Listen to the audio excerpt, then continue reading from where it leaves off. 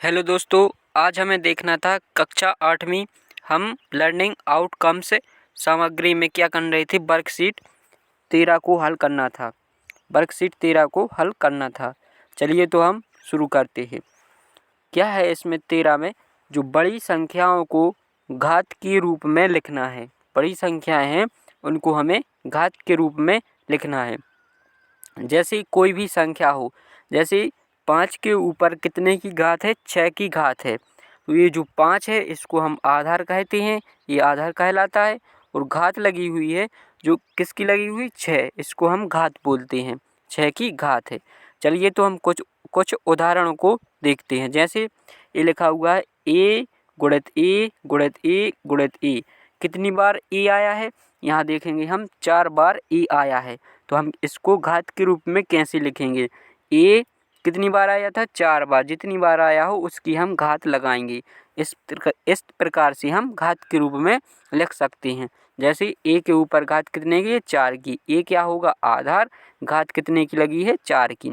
इस तरीके से हम जो अगला उदाहरण है उसको हम समझेंगे। जैसे यहाँ देखिए ये लिखे हैं कितने, 10,000। 10,000 को हम 10 की घात के रूप में लिखना है।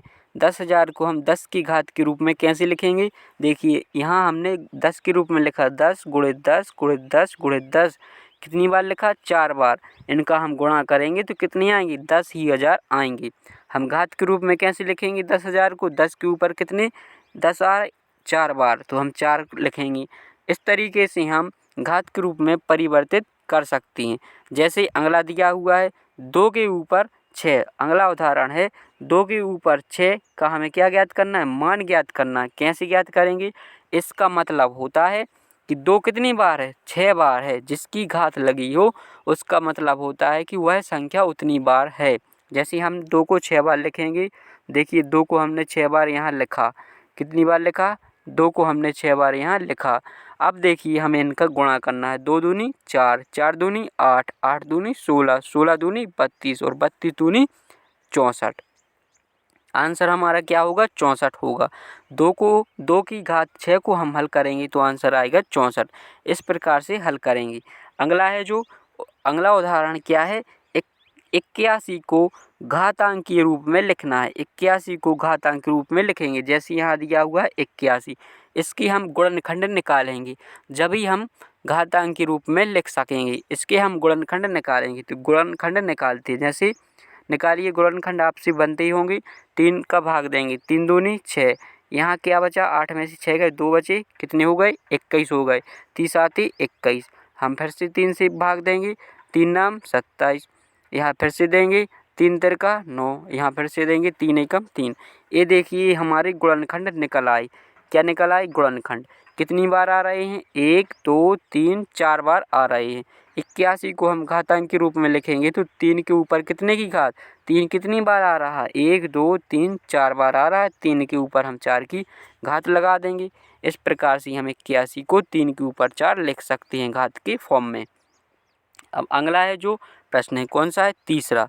अगला प्रश्न है तीसरा, कितना लिखा हुआ है, 648। 648 को घातांकीय फॉर्म में लिखना है, तो इसको हम लिखेंगे, तोड़ेंगे। हमें सबसे पहले जो संख्या का भाग जाए वो सोचना है। जैसे यहाँ लिखा हुआ है 648, सबसे पहले 2 का दिया, 2 तियां 6, 2 दूनी 4 और 2 चौकी 8, 324 बार गया। फिर 2 का देंगे, 2 एकम 2, 3 में से 2 जाएंगे, 1 बचा, 12 हो गए, 2 छः 12 और फिर देंगे 2 दूनी 4, 162। इस तरीके से हम गुणनखंड निकालेंगे। 2 का देंगे, 2 अट्ठी 16, 2 एकम 2। अब यहाँ विषम संख्या आ गई। अब 2 का भाग नहीं जाएगा, किसका जाएगा, 3 का देंगे। अभी हमने 81 से हल किया था, 3 दूनी 6 बल्कि 2, 30 आती 21, 3 नाम 27, 3 तिरका 9। इस प्रकार से गुणनखंड निकल आए। अब देखिए अब क्या करना है, गुणनखंड निकल आने के बाद अब आपको देखना है कि 2 कितनी बार आया, 2 आया 3 बार। 3 कितनी बार आया, 3 आया 4 बार। इसको हम घात के रूप में लिखेंगे। 2 कितनी बार आया, 2 जितनी बार आए वही संख्या की हमें घात लगानी। 2 आया 3 बार, 3 की हम घात लगा देंगे, गुणा में लिखेंगे। 3 कितनी बार आया, 3 का आया 4 बार, 4 बार लिख देंगे। ये है जो ये हमने किस फॉर्म में लिख दिया, घातांकीय रूप में हमने लिख दिया। अब हम इसी प्रकार से जो प्रश्न दिए हुए हैं उनको हम हल करेंगे। चलिए तो हम हल करने का प्रयास करते हैं। प्रश्न है जो पहला, क्या दिया हुआ है? 4 के ऊपर 3 की घात। 4 के ऊपर कितने की घात है? 3 की। हमें क्या करना है? मान ज्ञात करना है। हम पहले देख चुके हैं कि मान ज्ञात कैसे करेंगे, जो जिस संख्या की घात लगी हो उसे हमें उतनी बार लिखना है। जैसे 4 पर कितने की घात है? 3 की घात है, तो हम 4 को 3 बार लिखेंगे।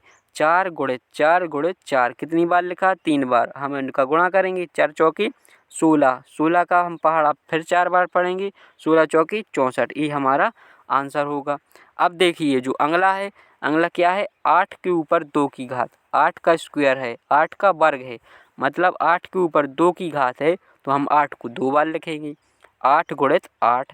अब हम 8 का क्या करेंगे? गुणा करेंगे, तो 8 अठैया कितने होंगे? 64 होंगी। ये हमारा आंसर होगा। अगला क्वेश्चन है, इसको हम देखेंगे। प्रश्न है जो हमारा तीसरा, 2 के ऊपर घात कितने की लगी है? 4 की, और गुणित में लिखी है 5 के ऊपर 4 की घात। कुछ नहीं करना है, जितने की घात लगी हो उस संख्या को उतनी बार गुणा में लिखना है। देखिए तो यहाँ पर 2 के ऊपर कितने की घात है? 4 की घात है। हम 2 को 4 बार लिखेंगे, 2 गुणित 2 गुणित 2, 4 बार लिख लिया। गुणा में फिर 5 को कितनी बार लिखेंगे? उसको भी 4 बार लिखेंगे, क्योंकि दोनों संख्या में कैसे हैं? 4 की घात लगी, 5 को हमने 4 बार लिखा। अब बस इनका हमें क्या करना है? गुणा करना है। चलिए तो हम गुणा करते हैं। जैसे 2 का किया, 2 दूनी 4, 4 दूनी 8, 8 दूनी 16, हमने 16 लिख लिया। अब 5 का करेंगे, 5 25, 25 में फिर 5 का 125, और गुणित 500 625। अब देखिए 16 गुणित 625 करेंगे तो कितना आएगा? यहाँ पर 10,000। क्या आएगा? 10,000। ये हमारा आंसर होगा। अब है जो प्रश्न क्रमांक है, जो कौन सा है? चौथा। प्रश्न क्रमांक चौथा को हल करेंगे। यहाँ दिया हुआ है क्या? 12। 12 के ऊपर घात कितने की है? 4 की घात है। कितने की घात है? 4 की। तो हम 12 को 4 बार लिखेंगे, 12 गुणित 12 गुणित 12। अब हमें इनका गुणा करेंगे तो क्या आएगा? यहाँ उत्तर आएगा 20,736। ये हमारा उत्तर आएगा। अब हमें जो अगला प्रश्न है, अगला प्रश्न क्या है? घातांकीय रूप में लिखना है। घातांक के रूप में लिखिए। जैसे पहला प्रश्न है, घातांक रूप हम समझते हैं, घात के रूप में हमें लिखना है। 405 है। क्या दिया हुआ है? 405 है। हमें इसको घात के रूप में लिखना है। चलिए तो हम लिखते हैं। कैसे लिखेंगे? सबसे पहले हम इनके गुणनखंड निकालेंगे। देखिए 405, इसकी हम गुणनखंड निकालेंगे। सबसे पहले किस संख्या का भाग देंगे? छोटी संख्या का भाग देना है। 2 का इसमें जाएगा नहीं, क्योंकि यह कैसी है? विषम संख्या है। 5 विषम संख्या किसे कहती है? जैसे 1, 3, 5, 7, जिनमें 2 का भाग ना जाए वो विषम संख्या कहलाती हैं। और सम संख्या किसे कहते हैं? जैसे 2, 4, 6, 8, 10, 2 का भाग चला जाए वो सम संख्या कहलाती हैं। अब हमने यहाँ पर देखा है जो कि 405 है, यह है जो विषम संख्या है। इसमें हम 2 का भाग नहीं दे सकते, इसमें 3 का भाग चला जाएगा। 3 का भाग चला जाएगा, 3 से हम भाग देंगे। देखिए तो 3 से भाग देंगे, 3 एकम 3, बचा कितना? 1, 3 तिरका 9, और 3 पाँची 15, 135 बार। अब भी इसमें 3 का भाग चला जाएगा, 3 चौकी 12, और 3 पाँची 15, फिर 3 का भाग चला जाएगा, 3 एकम 3, 3 पाँची 15, फिर 3 का भाग चला जाएगा, 3 पाँची 15, और यहाँ 5। हमने इनकी गुणनखंड लिख लिए। 3 कितनी बार है? 4 बार है। 3 को हमने 4 बार लिखा, और 5 कितनी बार है? 5 है 1 बार। 5 को हमने 1 बार लिखा। इस तरीके से हमने गुणनखंड लिख लिए। अब क्या करना है हमें? अब हमें देखना है कि जो जितनी बार आया है उस पर हमें घात लगानी है। जैसे 3 कितनी बार आया? 3 आया 4 बार, तो हम 3 के ऊपर 4 की घात लगा देंगे। 5 कितनी बार आया? 5 1 बार आया, 5 पर हम 1 की घात लगा देंगे। यदि हम 1 की घात नहीं भी लगाते तो वही 1 की घात कहलाती है। 1 का मतलब 5 1 बार, कुछ भी नहीं लगाए तो 5 कुछ नहीं, मतलब 1 की घात उस पर हमेशा रहेगी।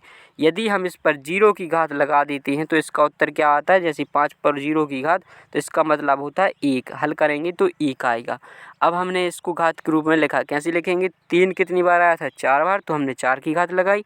5 कितनी बार आया था? 1 बार, तो हमने 1 की घात लगाई। ये हमारा उत्तर होगा। अब लिखा है 729। क्या लिखा हुआ है? 729। इसको हम घात के रूप में कैसे लिखेंगे? देखिए तो सबसे पहले इसको हम घात के रूप में इसकी गुणनखंड को निकालना पड़ेगा। कैसे निकालेंगे? 729 729 के हम गुणनखंड निकालेंगे। गुणनखंड निकालेंगे कैसे निकालेंगे वह तरीका है, देखिए। तो सबसे पहले देखेंगे 729 हमने लिखा, इसकी गुणनखंड किस संख्या से भाग देंगे? इसको हम देंगे, इसको भाग 2 से तो जाएगा नहीं क्योंकि 9 है। 9 कैसी है? विषम संख्या है इकाई में। 3 का भाग देंगे, 3 का 3 दूनी 6 बचा 1 12 हो गए, 3 चौकी 12 और यहाँ पर 3 त्रिका 9। फिर से 3 का देंगे, 3 8 24 3 एकम 3 81 आ गए। अब 3 का देंगे, 3 दूनी 6 3 7 21 फिर 3 का देंगे, 3 नाम 27 फिर 3 का देंगे, 3 त्रिका 9 फिर 3 का देंगे, 3 एकम 3। 3 कितनी बार आए हैं? देखिए यहाँ पर 1 2 3 4 5 6। 3 कितनी बार आए हैं? 6 बार आए हैं। तो हम 3 के ऊपर घात कितने की लगा देंगे? 6 की घात लगा देंगे। ये हमें करना था। आप यदि आपसे नहीं बना तो वीडियो को पीछे करके फिर से देख सकते हैं। यदि आपको समझ में आ रहा हो तो चैनल को सब्सक्राइब भी करें और अपने दोस्तों तक शेयर भी करें। अगला क्वेश्चन क्या है? 128। 128 को हम घात के रूप में कैसे लिखेंगे?